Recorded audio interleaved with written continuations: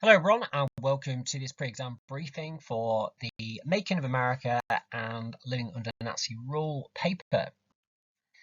So this exam is 1 hour and 45 minutes long.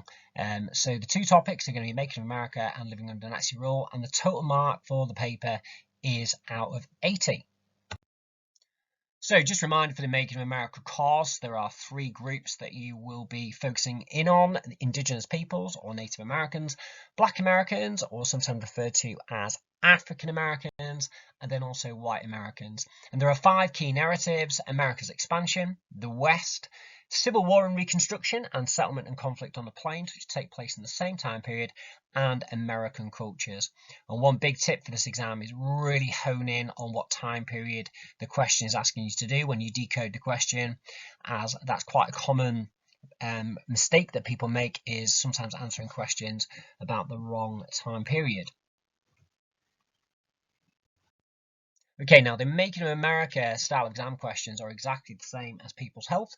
So question 1, you've got a 1A, 1B and 1C, and these are sometimes referred to as the gateway questions. You're looking for one word or short phrase answers. Remember to be specific, so a specific name or an event, and remember there's always a range of correct answers for this part of the exam. Question 2 is a clear and organised summary question where you have to analyse. It's worth 9 marks. Remember to write 2 or more paragraphs. You need to include detailed and specific knowledge, and you need to link your analysis to second order concepts. So that might be change and continuity, it might be cause and consequence, or it might be similarity and difference. So if you look at this example one here, where it says write a clear and organised summary that analyses migration to places west of the plains between 1839 and 1860. A really good approach to this question would be to look at a causation focus for your second order concept and give 2 very clear and well explained reasons for why people migrated to places west of the plains. So you could look at why perhaps the Mormons went west, and also maybe why the people moved west for the California gold rush. Question 3 is an explanation question, is linked to cause and consequence. So you need to include 2 or more paragraphs, and you need to include detailed and specific knowledge, and you need to really hone in on that second order concept of cause and consequence. So for this example here, why were there tensions in America between 1789 and 1838? So making sure you're not just describing what the tensions were, but why there were tensions during this time period. So for example, you may look at some of the tensions that are created around as a result of the growth of slavery during this time between the North and the South of America. Question 4 or 5, you have a choice for this question. You have to evaluate an interpretation. It's worth 18 marks. So you're looking for 4 well-explained arguments with a degree of balance. Make sure you're using detailed knowledge throughout. You're using your SOC language, your second order concept language, to analyse, and you're making those clear links back to the question at the end of each paragraph.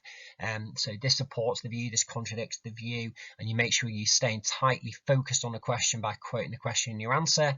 And then the conclusion is your clinching argument. There's some useful phrases down the bottom there, and just a reminder of the second order concepts, and just a key reminder as well, make sure you decode the questions and clearly link back to the question. Okay, so living under Nazi rule, you want to spend half the time, so about 52.5 minutes on this part of the paper. You've got some sources to use here and probably one interpretation within question 7. Let's have a look at question number 6. The requirement for this question is worth 7 marks, is to analyse and make inferences from a source. So look at the content of the source and also the provenance of the source. Make sure you are quoting from the source so you ensure a supported inference, making those quotes from the source short and snappy, just like baby crocodiles. And to get the top marks, you need to make complex, sophisticated inferences. Try and think, what would a historian infer from a particular source? So use phrases like, I can infer that, this suggests that. Question number 7, you are going to be given 2 more sources and probably one interpretation. You need to analyse how useful they would be to a historian looking at a particular inquiry. So, for example, the one here, how useful are sources B and C in interpretation D for a historian studying Nazi occupation in Western Europe between 1940 and 1945. So you need to think about how this source could help answer that specific inquiry. So you're going to have one paragraph for each source and interpretation. You're going to analyze how useful the source interpretation is, writing about the content and or the provenance. Try and think of the question really as in what ways is the source useful. So don't focus, for example, too much on limitations. So use phrases like this source would be really useful for inferring that.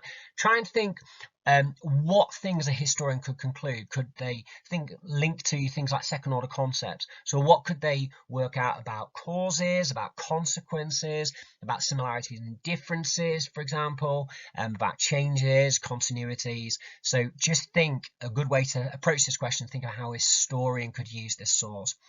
Don't focus on limitations, particularly of the sources or interpretations. There's no need for a conclusion and absolutely no requirement to compare the sources and interpretations with each other. So to repeat, one paragraph for each source and interpretation, so 3 paragraphs in all. So in essence, you're analysing each source in isolation. And the question is worth 15 marks. And in question 8 or 9, exactly the same exam technique as the Making of America question. 4 well-explained arguments, degree of balance, so you need at least 1 agree and 1 disagree. So you're going to group that into 4 distinct paragraphs. Detailed knowledge throughout, lots of soft language. This shows that, this meant that, this led to, as a result. Clear links back to the question, quoting the question, your answer, and finishing with a conclusion, a clinching argument. Make sure you decode the questions and clearly link back to the question throughout. Some final top tips. Just remember for the Making of America question 2, you must link to a second order concept to fully explain and analyse. For question 3, make sure you're clearly linking back to the question at the end of each paragraph. You need a developed explanation. So you're really analysing those causes or those consequences and using that really good causation or cause and consequence historical language this led to as a result. Think about maybe short-term causes, long-term causes. Use phrases like trigger causes, underlying causes, that type of good historical language. And for all questions on America, focus on decoding and the question. So you're reading the question carefully and focus on what time period you're being asked about. So living under Nazi rule, make sure you infer, not describe. Look at content and provenance. You need a sophisticated inference to get top marks. And do make sure you quote the source to support your inferences. Remember for question 7, it's in what ways is the source useful? Link into that specific inquiry. 1 paragraph for each source and interpretation, no comparison. Use phrases like, from this a historian could argue that, historian could use this as evidence. And as a reminder for the essays, decode, a very quick plan, 4 key arguments, soft language, specific evidence and knowledge, clear links back to the question, and a clinching argument in the conclusion. Okay, so there you have it. That's that last final top tips, how to answer Making America in Germany. Good luck for the exams.